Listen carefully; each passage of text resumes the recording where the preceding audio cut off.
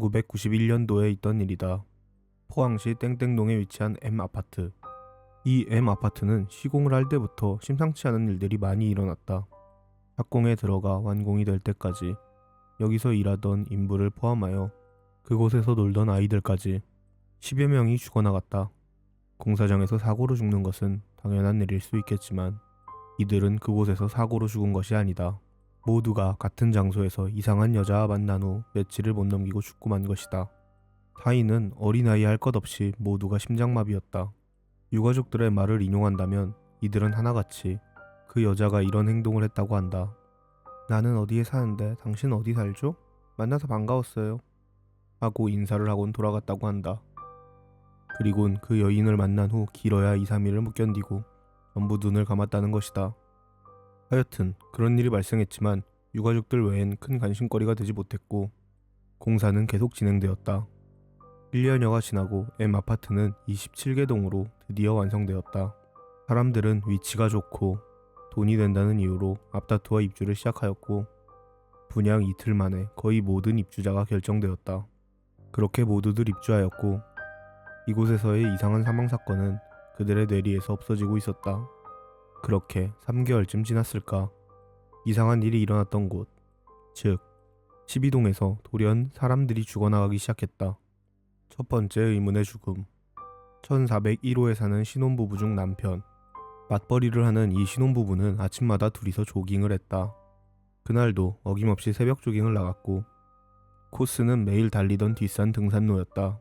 다정하게 둘이서 얘기를 주고받으며 뛰고 있었는데 남편이 갑자기 그 자리에 우뚝 서버리는 것이 아닌가. 속도를 못 맞춘 아내는 10여 미터를 더 달려나가더니 멈춰서게 되고 남편이 있는 곳으로 고개를 돌렸다. 남편은 혼자서 중얼거리고 있었다. 아내는 저 사람이 왜 저래? 하면서 남편 앞으로 다가갔고 남편은 방긋 웃으며 허공에 대고 가볍게 목례를 하더니 다시 뛰기 시작했다. 집에 돌아온 후 아내가 남편에게 아까 왜 그랬냐고 물어봤더니 남편이 말하길 아까 나하고 얘기하던 여자가 1301호 산다고 만나서 반갑다고 인사하길래 나도 반갑다고 인사했지. 그러자 아내는 무슨 소리냐고 거기 무슨 여자가 있었냐고 누구랑 대화를 했다는 말이냐고 혼자 중얼대다가 아침부터 정신을 못 차린다고 바가지를 긁어댔다. 그렇게 둘이서 가볍게 다툰 뒤 서로 직장에 갔다고 한다. 아내는 아침부터 남편에게 바가지 긁은 것이 마음에 걸려 맛있는 것을 장봐서 집으로 돌아왔고 아파트의 문은 열려 있었기에 반가운 목소리로 자기야 하며 방문을 활짝 열었는데 이게 웬일인가. 아침까지 멀쩡하던 남편이 눈을 크게 뜨고 죽어있는 것이 아닌가.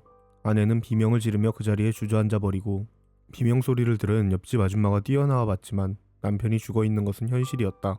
아내는 기절했고 옆집 아줌마의 도움으로 병원에서 응급치료를 받고 남편의 장례식을 치렀지만 너무나도 허망할 따름이었다.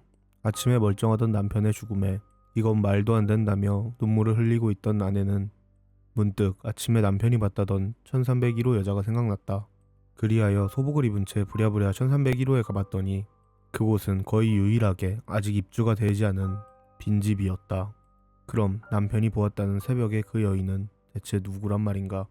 의문의 죽음 그 두 번째. 이곳은 12동 808호 금슬이 좋은 40대 부부의 집이었다. 안타까운 것은 자식이 없다는 것이었는데 그럼에도 불구하고 이 집은 뭐가 그리 좋은지 웃음이 끊기는 날이 없었다. 1401호 남편이 죽은 지 일주일째 저녁. 그날도 다른 날과 다름없이 부부는 안방에 마주 앉아 TV를 보며 이런저런 얘기를 하고 웃음꽃을 피웠다고 한다. 어느덧 밤은 깊어갔고 부부는 잠자리에 누웠는데 뜬금없이 남편이 아내에게 말하기를 나 오늘 1301호 여자를 봤는데 나를 알더라? 808호에 살지 않냐며 인사를 하길래 얼떨결에 인사는 받았는데 그녀가 나를 어떻게 알았을까? 나한테 관심 있나? 하고 웃으면서 말했다. 순간 아내는 둔기로 뒤통수를 맞는 듯한 느낌을 받았다고 한다. 당연한 일 아닌가. 1401호 남자가 아무도 살지 않는 1301호 여인을 보고 죽었다는 소문이 온 동네에 쫙 깔렸지 않은가. 남편은 아내의 얼굴이 백지장이 되어버리자 괜한 얘기를 했다며 아내를 달래주었고 아내는 남편의 사과가 귀에 들어오지 않았다. 어느새 남편은 잠이 들어버렸지만 아내는 잠을 잘 수 없었다. 불안한 기운이 온몸에서 떠날 줄 몰랐고 계속해서 잠자는 남편의 가슴에 귀를 대고 숨을 쉬는지 확인해 볼 뿐이었다.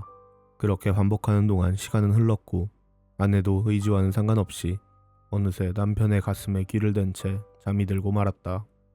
얼마나 흘렀을까? 아내는 깜짝 놀라며 눈을 떴고 반사적으로 남편의 심장에 귀를 갖다 대어 보았다.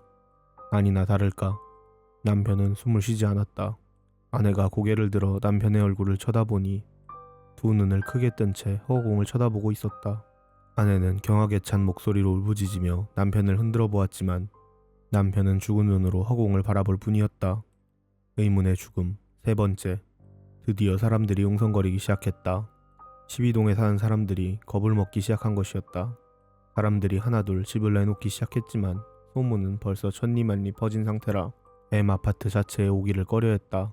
이러다 보니 입주할 때는 1억 2천 하던 집값이 8천만 원까지 내려왔고 특히 12동은 6천만 원도 안 되게 집을 내놓는 사람까지 발생했다. 하여튼 이러는 와중에 12동 705호에서 의문의 죽음이 또 발생되었다. 시골에서 유학 온 학생이었다. 705호는 노부부가 살고 있는 집이었는데 노부부는 둘이 살기 적적하셨는지 방 한 칸을 새로 놓아 이 학생이 들어왔던 것이다. 이 학생은 공부벌레라 새벽같이 학교에 가면 밤늦게 또는 새벽에 들어오는 것이 다반사였다. 노인들이 잠이 없는 걸 알고는 조금 일찍 들어오는 날에는 노부부를 위해 노래도 불러주고 같이 식사도 하고 그런 학생이었다고 한다. 물론 노부부도 이 학생을 자식처럼 때론 손자처럼 귀여워해 주었고 시간이 날 때마다 말동무를 해주었다고 한다. 시골에서 올라온 터라 포항 지리도 모르고 아는 사람도 없었으니 이 학생에게도 포항이라는 낯선 곳에서 노부부는 부모님이자 친구였던 것이다. 그러던 중에 의문의 죽음이 다돌자 노부부도 언제나 늦게 다니는 이 학생을 걱정했다고 한다. 깡패 조심, 차 조심하라고 입에 달고 다니셨는데 의문의 죽음이 생기고부터는 낯선 여인을 조심하라며 내내 당부를 하셨다고 한다. 학생은 그런 건 믿을 게 못 된다며 걱정 마시고 할머니 할아버지나 건강 조심하라고 되려 당부를 했다고 한다. 그러던 어느 날 808호 남자가 죽은 지 열흘이 채 안 되었을 무렵 학생이 새파랗게 질려 집으로 뛰어들어왔다고 한다. 다짜고짜 이 학생은 자신이 1301호 여자를 보았다며 나 이제 죽는 거 아니냐며 울고불고 난리가 났다는 것이다. 노부부는 덜컹 떨어지는 가슴을 억누르며 학생에게 말하길 그건 전부 헛소문이니 걱정하지 말라고 학생을 위로했다고 한다. 그래도 학생은 무서움을 떨쳐내지 못했고 온몸을 덜덜 떨 뿐이었다고 한다. 밤은 깊어왔지만 학생이 너무 무서워하길래 노부부는 학생을 노부부의 침실에서 같이 재우기로 했다고 한다. 노부부는 학생을 계속해서 진정시켜 주었고 등을 토닥이며 마음을 최대한 편하게 만들어 주었다. 어느새 학생은 잠에 빠져들었고 노인들도 잠에 들었다. 아침은 다가왔고 할머니가 잠에서 깨어 본능적으로 학생을 쳐다보다가 이명을 지르고 말았다. 두 눈을 크게 뜨고 허공을 바라보며 학생은 죽어 있었다. 이제 이 아파트 주민은 모두가 두려움에 떨었고 특히 12동에 사는 주민들은 사는 게 아니었다. 그리하여 12동 주민들은 법원에 탄원서를 내었지만 법원은 과학적으로 인정되지 않는 일이라며 기소 자체를 취소해버렸다. 주민들은 시공업체를 상대로 계속해서 투쟁을 하였고 4년여에 걸친 투쟁으로 1995년 드디어 건설사는 M아파트 중 12동에 사는 사람들을 대상으로 입주시 금액을 돌려주기로 하고 12동을 폐쇄시켜버렸다. 4년여 동안에도 12동의 의문의 죽음은 몇 건이 더 있었다고 한다.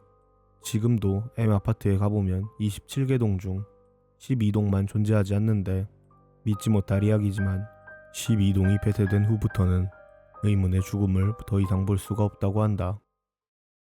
이야기는 이렇게 끝이 납니다. 일반적으로 흉가 이야기는 사람이 살지 않는, 그러니까 이미 버려진 폐가를 배경으로 많이 이야기되곤 하는데요. 지금도 사람이 사는 아파트에 이런 괴담이 있다는 게 굉장히 특이한 것 같습니다. 물론 지금도 이 아파트에 사시는 분들이 많고 아파트에 거주하시는 분들은 말도 안 되는 소리라고 많이 말씀하십니다. 실제로 사고 기사 같은 것도 없고요. 해당 아파트에 실제로 12동이 존재하지 않고 이 점을 포인트로 잡아 재밌게 만들어진 이야기가 아닌가 싶습니다. 이야기가 만들어지던 시점이 90년대라고 하는 거 보니까 또 한참 괴담이 많을 때라 이해가 가는 부분도 있는 것 같습니다. 그럼 저는 다음에 더 재밌는 이야기로 돌아오도록 하겠습니다. 재밌게 들으셨다면 추천과 즐겨찾기 부탁드립니다.